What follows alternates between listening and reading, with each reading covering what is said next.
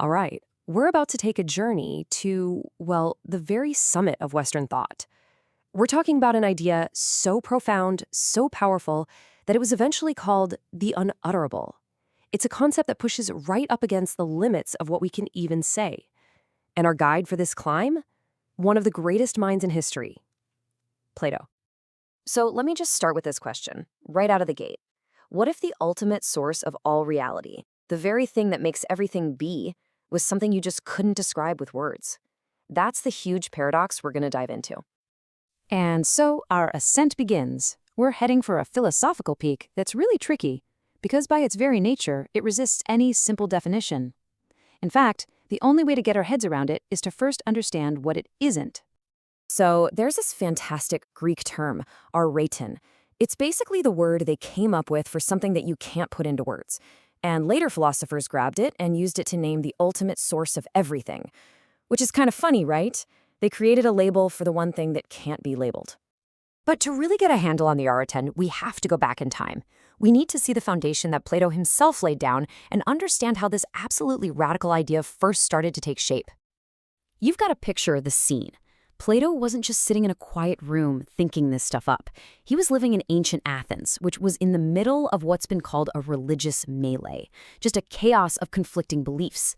So he was searching desperately for a philosophical anchor, something solid and true that could ground everything from ethics to reality itself. And in his masterpiece, The Republic, Plato points to this anchor with this one very mysterious Greek phrase. Look at it. Epikena tes ousias. These three little words are the key that unlocks the whole thing. So what does it mean? It means beyond being. Now, just let that sink in for a second. How wild is that? Plato was arguing that the ultimate source of everything, what he called the form of the good, couldn't just be another thing that exists. No way. It had to be the source of existence itself. It stands above and outside of being because it's the very cause of it all. Okay, so you might be wondering, how on earth do I even begin to think about something that's beyond being? And you know what? Plato got it. He knew this was a huge mental leap, and that's exactly why he gave us this brilliant analogy, a kind of guide, to help us see this invisible idea. He told us to think about the form of the good like we think about the sun. Let's break it down. In the physical world, the sun gives us the light we need to see, right? While in the world of ideas, the good provides the light of truth that allows our minds to know things. But it goes deeper. The sun also makes things grow and exist. And in the very same way, the good is the ultimate cause for the existence of all the other perfect forms. You know, things like justice and beauty and truth. So it's the source of both knowledge and reality. But, big ideas don't just stay frozen in time. Check out this timeline. We're talking about a gap of over 600 years between Plato and the next major leap for this concept. That is a huge stretch of history. The world changed completely. The Greek city-states faded, the Roman Empire rose, and as the world got more chaotic, what people wanted from philosophy changed too.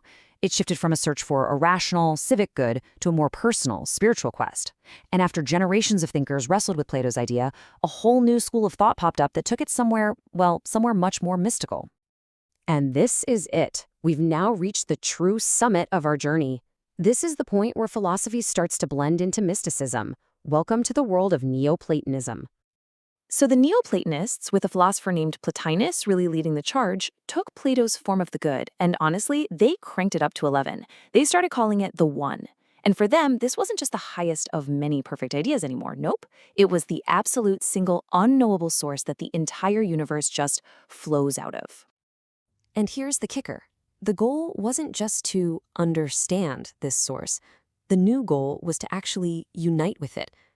This whole process was called kenosis, and it was a deep spiritual journey. It starts with turning your mind inward, away from the noisy outside world. Then you move beyond regular rational thinking into a state of no thought, where there's no division. And the final step? Kenosis, a mystical oneness, a total unification with the one itself. So, wow, we've gone from Plato's logical foundation all the way up to this mystical peak. Let's just pause here for a sec, take a final look back down the mountain, and get a really clear view of the huge differences between where this idea began and where it ended up. Now, this is really, really important, and it's something modern scholars are always careful to point out. Even though the Neoplatonists were totally inspired by Plato, Their mystical take on his work is a completely separate thing.